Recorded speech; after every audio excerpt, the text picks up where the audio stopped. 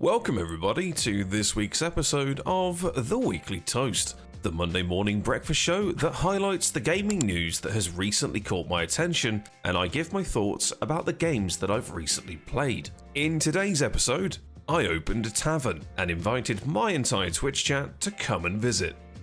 I tried my hand at robbing a bank. And finally, one of my favourite survival games is finally coming out of early access this week. Last week, I was invited by Lurkit to check out a brand new tavern sim. Tavern Manager Simulator sees players adopt the role of a tavern keeper, tasked with restoring a derelict inn to its former glory. Off the bat, the game does a fantastic job of introducing the player to its core mechanics: how to clean your tavern, how to cook meals and serve drinks, and lastly, how to purchase your tavern upgrades, supplies, and even decorations.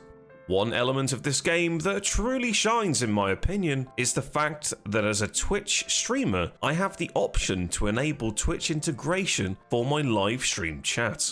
This allows viewers to type a keyword into Twitch chat and become an avatar in the game. That's right, an actual customer that would walk around the map, choose to visit my tavern, and I could serve them. The biggest part of this feature is that those Twitch chatters could actually type to me and it would appear in the game, in real time, with a small speech bubble above their head. This feature alone was a fantastic way to interact with my viewers, as I could roleplay serving their orders, overhearing their own roleplay stories as they spoke to each other whilst dining. And, on the odd occasion, I would need to eject them from the premises by sending them to the moon by launching their lifeless bodies out and away from the tavern after they'd passed out from too much drink. The dev team at One More Time have really excelled with Tavern Manager Simulator. The tavern's progressive unlocks were always something that I wanted to work towards, and there were lots of these perks to unlock. Always striving to get new additions to my cooking stations, expanding the tavern's overall size, and even recruiting some helpers to serve, cook, and wash. Before I knew it, I played the game for hours, and I was totally absorbed. Overall, I rate this game extremely high for both fun factor and price margin for content. You can watch my entire tavern adventure featuring my Twitch chat by clicking on the Tavern Manager video link in the description, and trust me, it's a definite must-see experience. Moving on, almost a year after its initial release, Payday 3 has received a bunch of game optimizations, content updates, and a whole ton of cosmetic DLC. Last week I was given the opportunity to experience the game for my first time, and I must say that as a new player walking into Payday 3, I was impressed. Now, I'll be totally honest here, with the game sitting at mixed recent reviews and a mostly negative Steam consensus, I went into the game thinking it was gonna be pretty bad. As a new player trying Payday for the first time, I was immediately put off by the knowledge that the game was very rocky when it first released, that there were a bunch of features shown in gameplay trailers that were not actually implemented on launch, and that the game optimization was purely atrocious. All of these comments were outdated information. So do they still hold a slither of truth 1 year later? Well, let me tell you that my entire time with Payday 3 was simply fantastic. The game ran like a dream, the FPS experience was as chaotic and fun as I'd hoped for, and playing it co-op with a friend of mine made the classically atmospheric heist game shine as we fumbled our way through swarms of cops trying to escape with our shiny loot. For anyone that hears the name Payday, they know that they're in for a treat, as players take on the persona of a master thief, robbing banks, jewelry stores, and even art galleries, with the goal of trying to steal the main objective for those set missions. However, you can also optionally do extra tasks to bank yourself even more cash upon mission completion.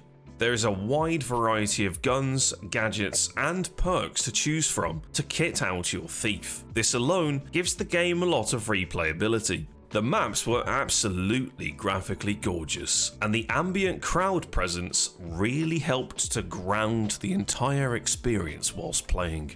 For anyone who's played the first Payday or Payday 2, this third game in the series is pretty much more of the same, albeit with a shinier graphic. For anyone looking to pick up a co-op mission-based FPS game with their buddies, or even challenge themselves to stealth their way to victory, Payday 3 offers a fun and frantic time. I really enjoyed my time with the game, and I can definitely see myself streaming more of it soon. Head down to the video description below to fully watch my first impressions.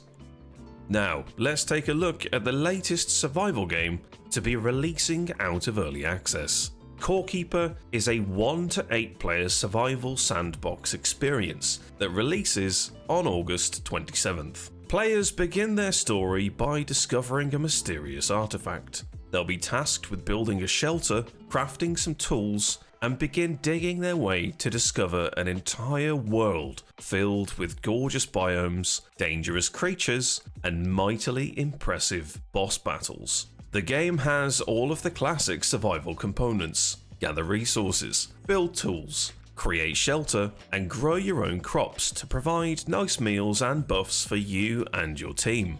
With its beautifully drawn pixelated art style, Core Keeper is a survival game that you definitely need to play, especially with friends. I myself have played the game through at least twice, granted that they were during the game's time in early access, and it was receiving small content updates that added new biomes, bosses, and craftable items.